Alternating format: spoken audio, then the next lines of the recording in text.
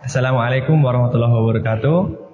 Selamat datang di Laboratorium Anatomi Fakultas Kedokteran Universitas 11 Maret Surakarta. Perkenalkan, saya Muhammad Fatih Arisul Firdaus, Asisten Laboratorium Anatomi 2019. Pada video kali ini kita akan belajar mengenai faring. Faring merupakan saluran muskulomembranosa dengan panjang 12 sampai 14 cm. Faring juga termasuk dari bagian traktus respiratorius superior. Nah, faring ini membentang dari basis kranii, hingga ke batas bawah dari cartilago cricoidea setinggi vertebra cervicalis 6. Ya, cartilago cricoidea setinggi vertebra cervicalis 6. Nah, nanti kemudian akan berlanjut menjadi esofagus. Faring terdiri dari dua jenis muskulus. Yang pertama yaitu 3 muskulus sirkuler yang berfungsi sebagai konstriktor dan 3 muskulus longitudinal yang berfungsi sebagai elevator. Nah, faring dibagi menjadi 3 bagian, yaitu nasofaring, orofaring, dan juga laryngofaring. Nasofaring, orofaring, dan juga laryngofaring. Atau untuk di preparat gambar ideal, nasofaring, kemudian orofaring, dan di sini laryngofaring. Yang pertama kita bahas terlebih dahulu nasofaring. Nasofaring disebut juga sebagai epifaring atau pars nasalis faringea. Nasofaring merupakan bagian dari faring yang paling kranial, paling atas. Cavum nasi itu terletak di anterior dari nasofaring. Jadi ini nasofaring, di depannya ada cavum nasi. Nah, keduanya dihubungkan oleh coana. Ini untuk preparat dengan tampak posterior ya. Jadi ini tadi coana yang menghubungkan cavum nasi dan juga nasofaring. Oke. Nasofaring juga berhubungan dengan telinga tengah melalui tuba auditiva.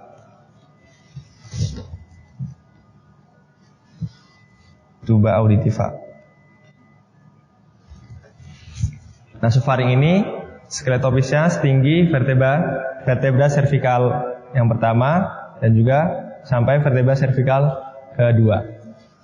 Nasofaring nanti berlanjut ke bawah menjadi orofaring melalui isthmus pharyngeus atau hiatus nasopharyngeus yang dibatasi oleh palatum mole, arcus palatopharyngeus, dan dinding dorsal faring. Jadi ini batas antara nasofaring dan juga orofaring, yaitu palatum mole. Isthmus pharyngeus ini akan menutup pada saat menelan akibat peninggian palatum mole dan konstriksi sphincter palatopharyngealis. Selanjutnya kita bahas atap dan dinding posterior dari nasofaring. Atap dari nasofaring disebut juga sebagai vomix pharynges. Dinding posterior nasofaring akan melekat pada fascias inferior corpus ossis sphenoidalis dan pars basilaris ossis occipitalis. Kemudian terdapat tonsilla pharyngealis atau adenoid di membrana mukosa dinding posterior nasofaring.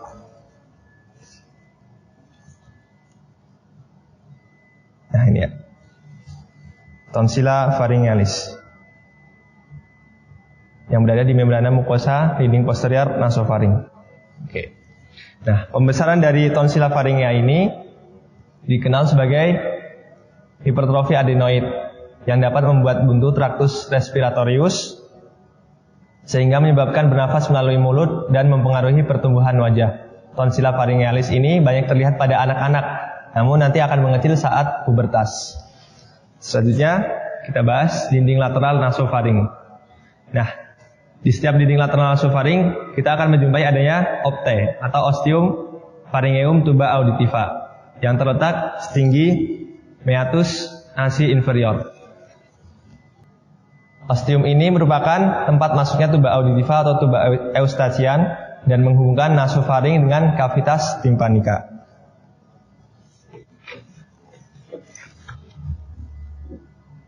Ya. Nah ini. Oke, selanjutnya torus tubarius. Torus tubarius adalah peninggian di sebelah posterior dan superior opte. Torus tubarius dibentuk oleh pars cartilaginea tuba. Plika dari membrana mukosa yang berjalan descendens dari torus tubarius ini menuju ke palatum. Disebut sebagai plika salpingopalatina, dan plika ini dibentuk oleh musculus salpingopalatina.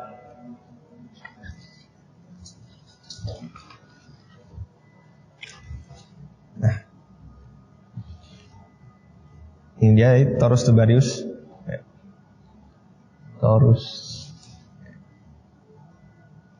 Torus tubarius. Oke. Selanjutnya torus levatorius, yaitu peninggian di inferior opta yang dibentuk oleh musculus levator veli palatini. Selanjutnya ada recessus pharyngeus, yaitu bagian dari cavum pharyngis yang terletak di sebelah dorsal dari torus tubarius. Recessus pharyngeus. Dan recessus pharyngeus ini bakal memanjang ke atas sampai atap faring. Dan jaringan limfoid yang kadang-kadang terdapat di membrana mukosa di recessus pharyngeus ini disebut sebagai tonsila tubaria. Selanjutnya kita bahas orofaring. Setelah nasofaring, ke inferior ada orofaring. Nah, orofaring ini disebut juga mesofaring atau pars oralis pharyngis. Dan orofaring ini merupakan bagian faring yang terletak di posterior dari cavum oris. Kalau nasofaring tadi cavum nasi, kalau orofaring cavum oris. Ini ya. Dan orofaring ini membentang dari setinggi palatum mole ini hingga bagian atas epiglotis di sini. Orofaring. Untuk skeletopisia setinggi vertebra cervical 2 sampai bagian atas dari vertebra cervical 3. Nah, orofaring ini dihubungkan dengan cavum oris oleh isthmus faucium dengan batas-batas sebagai berikut, yaitu batas kranial oleh palatum mole, batas kranial palatum mole, kemudian batas lateral ada arcus palatopharyngeus dan juga tonsila palatina. Untuk batas kaudal ada radix lingua. Saja kita bahas bangunan-bangunan penting yang ada di orofaring. Yang pertama ada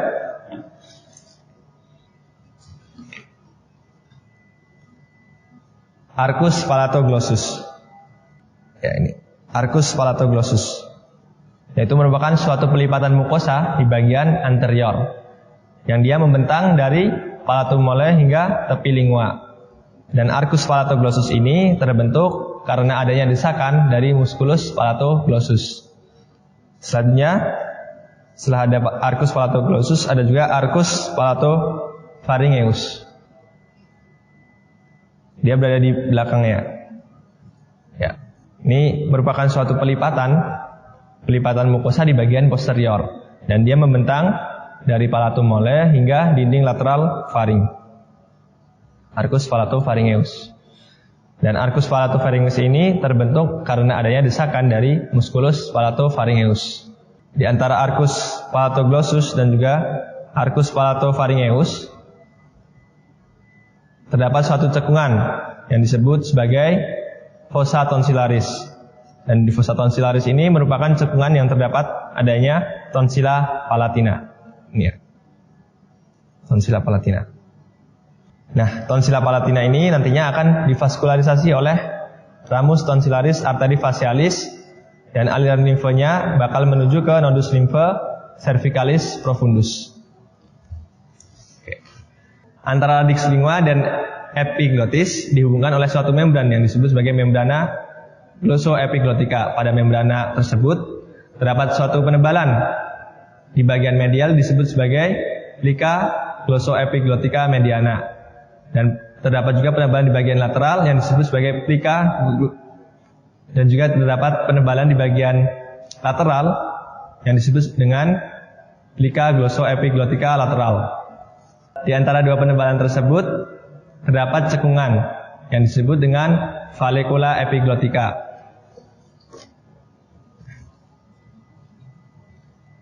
Ya, valicula epiglottica. Cekungan di antara dua pelika glossoepiglottica yang mediana dan juga lateral. Dan valicula epiglottica ini fungsinya untuk menampung benda tumpul yang tertelan. Bila benda asing atau benda tumpul yang ada di valicula epiglottica tadi berada di valicula epiglottica dan kemudian akan menekan epiglotis, dapat menyumbat saluran nafas. Saat menelan, isthmus paucium terbuka, palatum terelevasi, kavitas laringis tertutup, dan makanan nantinya akan bergerak ke bawah ke esofagus. Kita sebagai manusia tidak dapat bernafas dan menelan bersamaan karena saluran nafas kita tertutup pada dua sisi, yaitu isthmus pharyngeum dan juga laring. Untuk inervasi dari orofaring,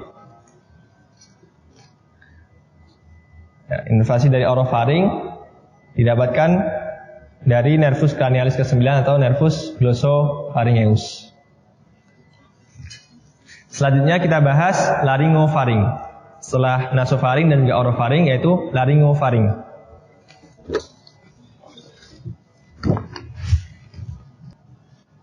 Nah, ini laryngofaring.